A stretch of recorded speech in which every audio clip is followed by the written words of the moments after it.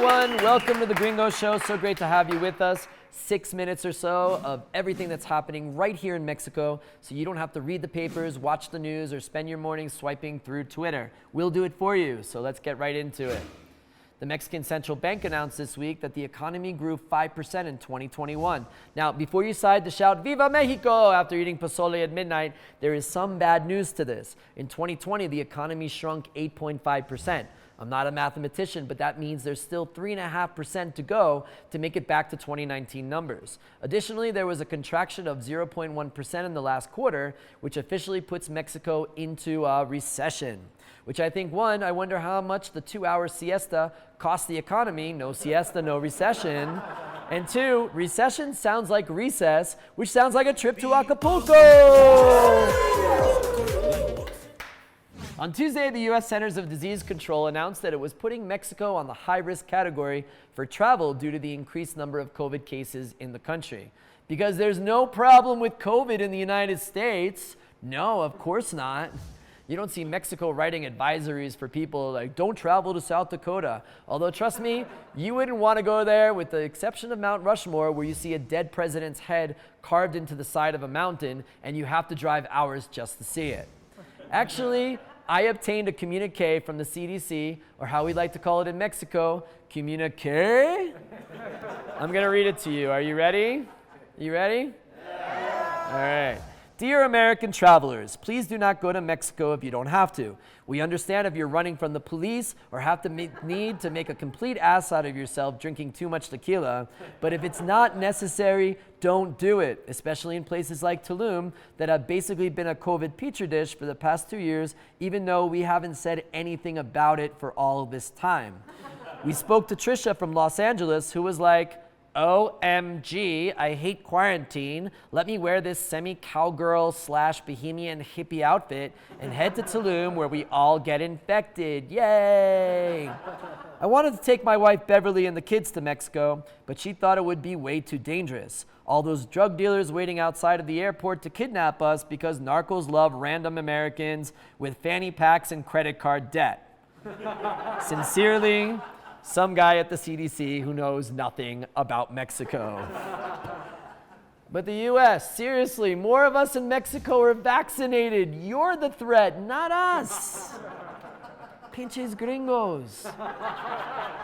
In other news, Mexico has been gripped by a slate of killings of 3 journalists in the last 2 weeks. Recently, Lourdes Maldonado Lopez, who was shot to death inside her car in the border city of Tijuana. She was investigating corruption in the political system, and in 2019 went to President Andrés Manuel López Obrador's morning press conference to tell him that she feared for her life and asked for his help. Vengo también aquí para pedirle apoyo, ayuda y justicia laboral, porque hasta temo por mi vida. Journalists all over the country have feared for their safety, and something that is eerily familiar to Americans, AMLO has created time in his press conferences to call out members of the media for what he thinks is reporting bad information. Vamos a sacar aquí un quién es quién en las mentiras de la semana para combatir las falsas noticias. Critics of the president say he is justifying anger and violence against those who are trying to uncover injustices and crimes. And just this last week, the popular website Latinos, founded by influential journalist Carlos Lorete Mola, reported that the president's son purchased 2 residences north of Houston worth more than $1 million, and that he lived in a huge mansion while his home was being built that was owned by Baker Hughes, one of the largest oil companies in the world. Then Baker Hughes came out saying they had nothing to do with it, but it was owned by one of their executives in charge of sales. A little bit fishy. I mean, if you or your partner is successful, you should be able to buy a nice house, but people have argued that this is a contradiction to the president, who has repeatedly says that he was living a life of austerity, along with some questionable ties between his son, his wife, the oil industry. It's just a little bit ugly. I'm just waiting for them to appear in a future episode of MTV Cribs. That would be cool. Like, this house is big. In our segment Mexico, Mexico, La Olla Honda, a small town in San Luis Potosí, no relation to the car company Honda, or a pickup line said by a Mireille, like, que onda, way, has decided to construct a 40-meter tall Cristo Rey, similar to the one that brings many tourists to the Brazilian coastal city of Rio de Janeiro. There's two problems with this. One, sorry La Onda Onda, I'm sure that your town is pretty, but I'm going to see a Cristo, and then I expect to also drink caipirinhas, dance samba, and see a lot of people with big butts, and I cannot lie. Second, about the design, it's nice, but it's something looks like he's got a strap and something in his mouth. Don't be surprised if a bunch of tourists in kinky leather show up and the town turns into a sex party. Probably not what the creators of this idea intended.